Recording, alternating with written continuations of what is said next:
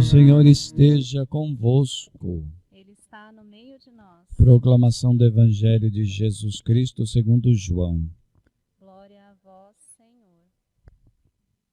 Deus amou tanto o mundo, que deu o seu Filho unigênito, para que não morra todo o que nele crer, mas tenha a vida eterna. De fato, Deus não enviou o seu Filho ao mundo para condenar o mundo, mas para que o mundo seja salvo por ele.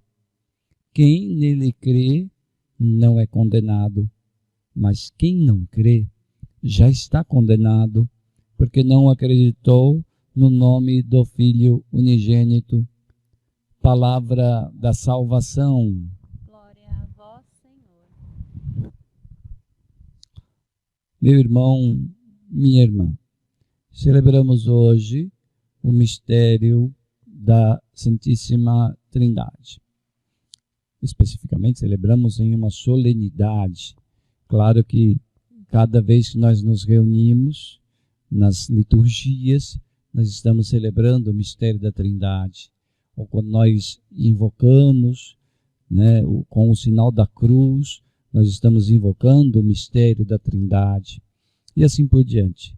Mas hoje a igreja reservou o domingo após o Pentecostes para que meditemos especialmente no mistério da Trindade. E nós podemos começar a observar o convite da igreja desde a oração da coleta, por exemplo. A oração da coleta é a oração que recolhe, por isso recebe o nome de coleta. Recolhe as intenções daquela missa. Então, o padre aplica a missa para todas as intenções naquele momento. É a oração, portanto, da coleta. E na oração da coleta, que é a oração depois do hino de louvor, nós também temos ali a característica principal, o assunto principal, o tema principal daquela missa ou daquele tempo litúrgico. No caso, hoje, nós temos esta característica principal da missa de hoje, ou seja, aquela oração vai fazer referência ao tema de hoje. Então, o tema de hoje é Trindade. Então, na oração da coleta de hoje, destaco aqui uma afirmação.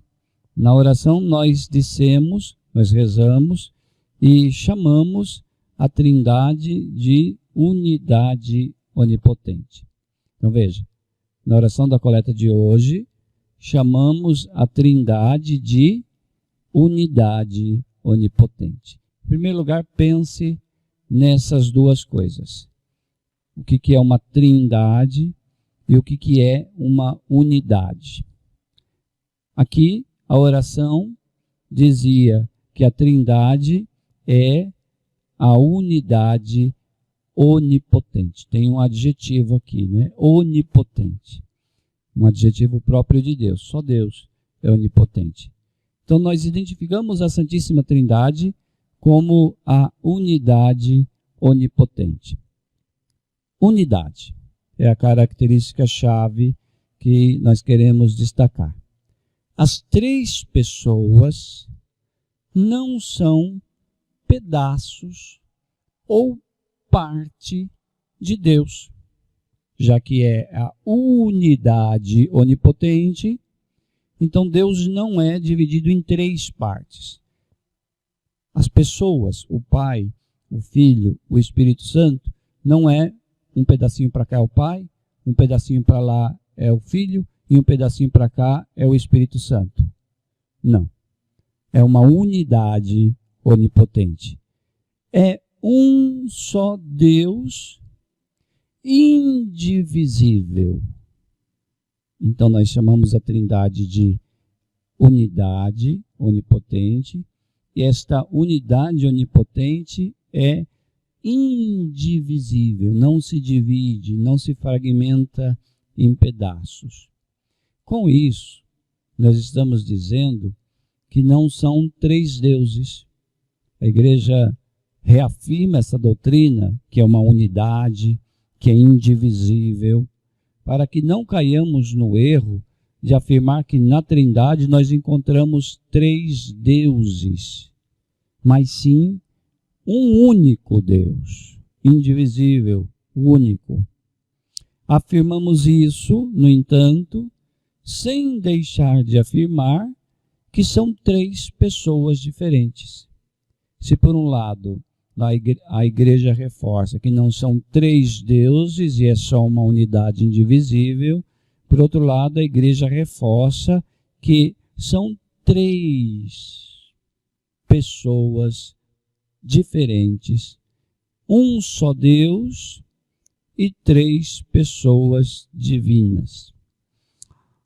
A Bíblia nos ensina muitas coisas sobre a Trindade. A Bíblia ensina, por exemplo, que o Pai não é o Filho. O Pai, primeira pessoa da Santíssima Trindade, não é o Filho. E desse modo nós podemos pensar que Jesus, o Filho, também não é o Pai. Por que isso é importante? Porque muitas vezes nós chamamos Jesus de Papai do Céu. Às vezes a gente vai educar as criancinhas na religião, vai incutir nela o sentimento religioso, está diante de uma imagem de Jesus, de um quadro, de uma figura, ou diante do sacrário, diante do Santíssimo Sacramento, e nós olhamos para Jesus e falamos, olha, é o Papai do Céu. Não é o Papai do Céu. O Papai do Céu é o Pai, primeira pessoa da Santíssima Trindade. Depois tem uma outra pessoa, que é Deus, como o Pai é Deus, que é Jesus, o Filho, o nosso Senhor. Portanto, Jesus não é o Papai do Céu. E a terceira pessoa da Santíssima Trindade é uma outra pessoa, igualmente Deus. E o Espírito Santo não é uma pombinha. Às vezes a gente vê uma pombinha branca voando assim, olha, é o Espírito Santo. Né? Não, o Espírito Santo não é pombinha. O Espírito Santo é Deus. Pomba é um bicho que voa, que tem muitos. O Espírito Santo não é uma pombinha. Ah, mas a Bíblia fala que no dia lá da Epifania, o Espírito Santo apareceu como uma pomba sobre Jesus. Bom, como uma pomba. Está fazendo uma comparação, por isso tem a palavrinha como uma pomba. Não uma pomba, que o Espírito Santo fosse uma pomba, mas ele veio como uma pomba. Então, o Espírito Santo não é uma pombinha. O Espírito Santo é Deus, é a terceira pessoa da Santíssima Trindade, igualmente Deus. Então a Bíblia nos fala muitas coisas sobre a Trindade. No entanto, a Bíblia usa a nossa linguagem. A Bíblia é um livro de inspiração divina, ou um conjunto de livros de inspiração divina, mas feito com linguagem humana.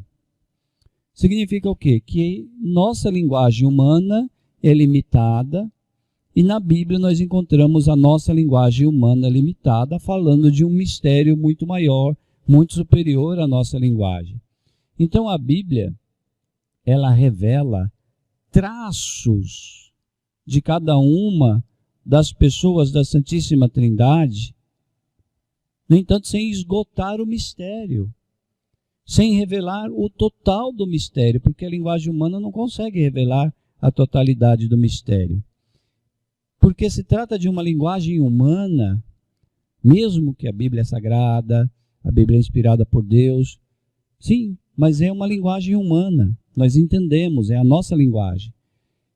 Por causa disso, a linguagem humana da Bíblia é uma linguagem aproximativa do mistério. Ou seja, nós nos aproximamos do mistério quando estamos lendo a Bíblia. Mas, ainda assim, nós não conhecemos todo o mistério. Para entender bem isso, vamos fazer uma comparação para entendermos bem o que o padre está querendo dizer. Pense, por exemplo, como a luz é importante. Todos nós precisamos de luz. A luz é importantíssima. A luz é boa. A luz nos faz enxergar. Através da luz, nós podemos enxergar e distinguir as coisas. Então, se a gente está num quarto escuro, a gente não enxerga e a gente pode tropeçar, a gente pode se machucar, a gente não consegue ver o que está ao nosso entorno. Então, a luz, ela é muito boa, porque a luz, ela nos faz enxergar e nos faz distinguir as coisas. Mas veja bem, a luz é boa, mas muita luz, ao contrário, ofusca a nossa visão e nos cega. Pense em você, por exemplo, quantos acidentes de trânsito tem, porque às vezes à noite uma pessoa dirigindo recebe um foco muito forte de luz no rosto e fica ofuscado e não consegue enxergar mais o caminho. De repente alguém liga uma luz muito forte no seu rosto, você não vai conseguir enxergar o que está na sua frente. Então a luz é necessária e nos faz distinguir as coisas, mas muita luz, ao contrário, ofusca a nossa visão e nos deixa cegos por alguns instantes. O que isso significa? Isso significa que os nossos olhos, eles possuem uma limitação. Os nossos olhos são limitados a enxergar até certa quantidade de luminosidade. Ou seja, quando a gente tem uma luz numa quantidade boa, a gente enxerga de boa, distingue as coisas e consegue caminhar. Mas quando essa luz ultrapassa esse limite de luminosidade, o que acontece? Nós não enxergamos mais nada. E é mais ou menos assim em relação ao mistério da Trindade. Nós sabemos algumas coisas sobre a Trindade.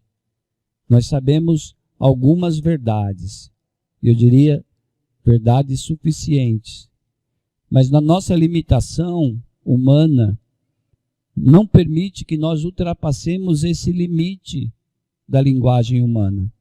Assim como os nossos olhos são limitados e não aguentam muita luz, assim a nossa linguagem humana não consegue interpretar mais do que isso o mistério da Trindade.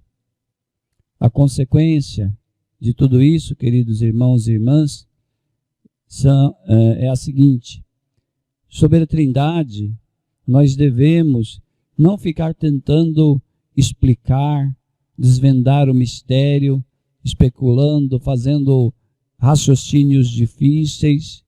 Sobre a Trindade, nós não devemos ficar tentando desvendar o mistério.